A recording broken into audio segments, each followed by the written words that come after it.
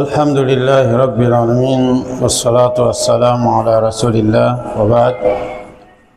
Ama baada ya kumshukuru Allah na kumtakia wingi wa sala na salam Mtume wetu Muhammad sallallahu alayhi wasallam,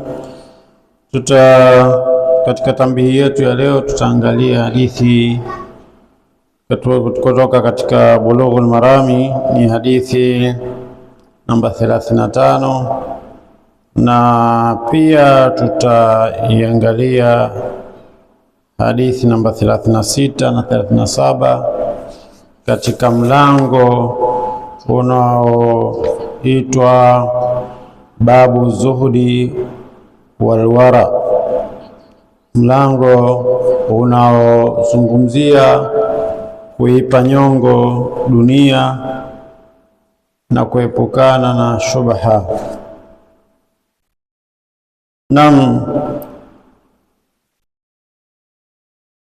wani ibn Abbas radhiyallahu anhuma, na hadithi iliyopokewa kutoka kwa ibn Abbas radhi za Allah ziwe juu yao, qala, amesema, kuntu khalfa an-nabii sallallahu alayhi wasallam yawman, siku moja nilikuwa nyuma ya nabii sallallahu alayhi wasallam, faqala, akasema, ya ghulam, ewe kijana, ihfadhillah yahfadhuk, muhifadhi Allah,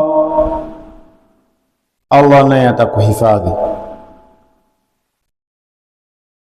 Ihfadhillah tajiduhu tujahaka, muhifadhi Allah utamkuta mbele yako. Idha sa'alta fas'alillah, unapoomba basi muombe Allah. Wa idha sta'anta fasta'in billah, na unapotaka msaada basi taka msaada kwa Allah. Hadithi inaonekana aliyekuwa nyuma ya Mtume sallallahu alaihi wasallam ni Ibn Abbas, yani Abdillahi ibn Abbas, yuko waraa nabii, nyuma ya Mtume sallallahu alaihi wasallam. Mtume hakumuita kwa jina lake, alimuita kwa jina ambalo linajumuisha, akasema, ya ghulam, ewe kijana. Kwa maana hapa sasa imekuja kwa umumu, imekuja kwamba kila atakayekuwa na sifa ya huyu aliyoitwa anahusika katika nidaa hii, anahusika katika uitwaji huu. Hawakuitwa wazee humu, hawakuitwa watoto, wameitwa vijana. Vijana ni watu ambao damu zao zinachemka, wana nguvu za kutosha, nishati yao iko nyingi ya kutosha, wana uwezo wa kukimbia huku na kule. Wakiamua kufanya wema wanaweza wakafanya kwa kiwango cha kutosha, na kadhalika wakiamua ubaya wanafanya kwa kiwango cha kutosha. Lakini Mtume sallallahu alaihi wasallam ana ikhtiyari mtu kijana, anaambia, ya ghulam ihfadhillah, ewe kijana we, ewe kijana we, kwa hizo nguvu ulizo nazo, nishati uliyokuwa nayo, huo ushababu wako, huo uwezo wako ulionao, muhifadhi Allah, muhifadhi Allah, Allah atakuhifadhi. Muhifadhi Allah kwa maana hifadhi sheria za Allah, hifadhi dini ya Allah, Allah atakuhifadhi. Jitahidi sana kutumia elimu, ujuzi, maarifa, nguvu, akili, nishati uliokuwa nayo kuhifadhi dini ya Allah, kumhifadhi Allah, kuhifadhi dini ya Allah. Ihfadhillah, muhifadhi Allah, ikiwa na maana hifadhi dini ya Allah, kama kule aliposema in tansurullaha yansurukum, ikiwa mtamnusuru Allah, kwa maana in tansuru dina Allah yansurukum, ikiwa kama mtainusuru dini ya Allah, basi Allah naye atawanusuru. Nyinyi mna mahitajio sana ya kuhitaji kuhifadhiwa, mna mahitaji sana ya kuhitaji kunusuriwa, basi tanguliza kile kitakachokuwa akiba ya kuondosha kile kitakachofuata. Ihfadhillah, muhifadhini Allah yahfadhuka. Ukimhifadhi Allah, jawabu ya sharti yako ni kuja kukuhifadhi yeye Allah, kipindi ambacho utahitaji hifadhi yake sana na hutokuwa na uwezo wa kujihifadhi.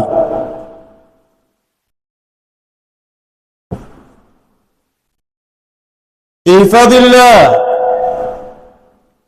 tajiduhu tujahaka, ihfadhi dini ya Allah naye utamkuta mbele yako. Bimaana ihfadhillah tajiduhu amamaka liyusaiduka, kuja katika hadithi nyingine. Muhifadhi Allah, hifadhi sheria za Allah, hifadhi dini ya Allah, utamkuta Allah mbele yako kwa ajili ya kukusaidia pale ambapo sasa unahitaji msaada wake. Acha kibri na jeuri kwa nguvu ulizokuwa nazo, kwa kielimu ulichokuwa nacho,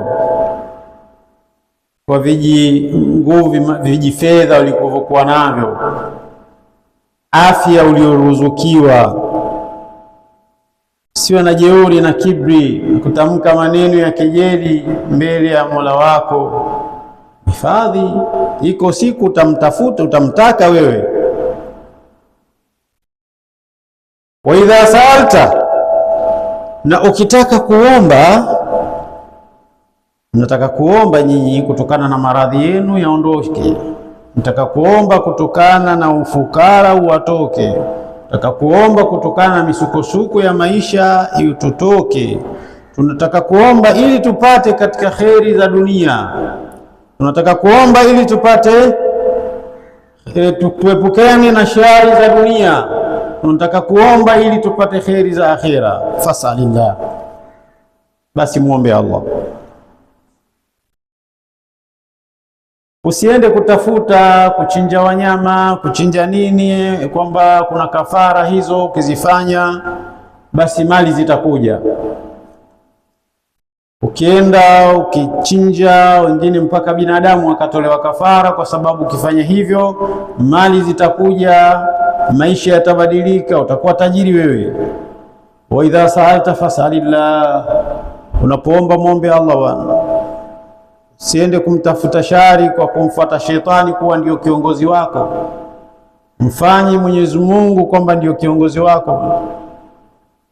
Wa idha sta'anta fasta'in billah, na ukitaka msaada pale ambapo umekwama, sasa unataka msaada, fasta'in billah, tafuta msaada kwa Allah. Allah ndio mwenye uwezo wa kukusaidia kutokana na uhitaji uliokuwa nao, unyonge uliokuwa nao. Mwingine anasema kwa nini tumuombe wakati anajua shida zetu? Naam, kaweka mwenye kanuni hiyo, man yuridu shay'in falyasal, mwenye kutaka chochote na aombe.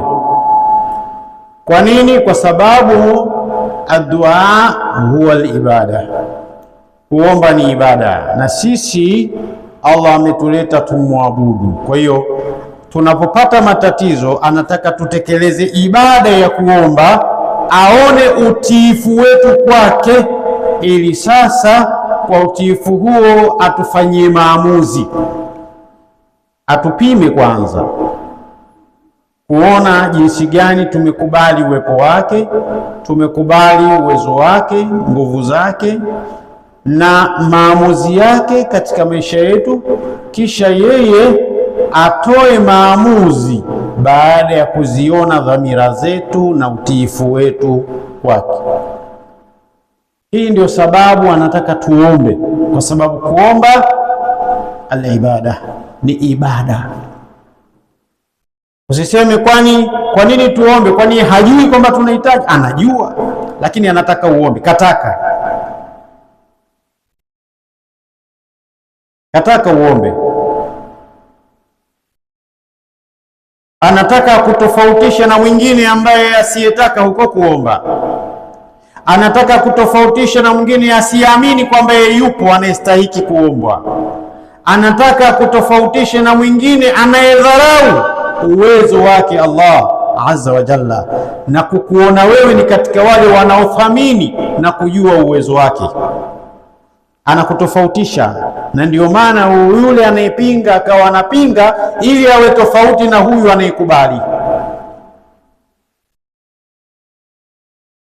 Wa idha sa'alta fas'alillah, unapoomba muombe Allah. Wa idha sta'anta fasta'in billah, na unapotaka msaada taka msaada kwa Mwenyezi Mungu.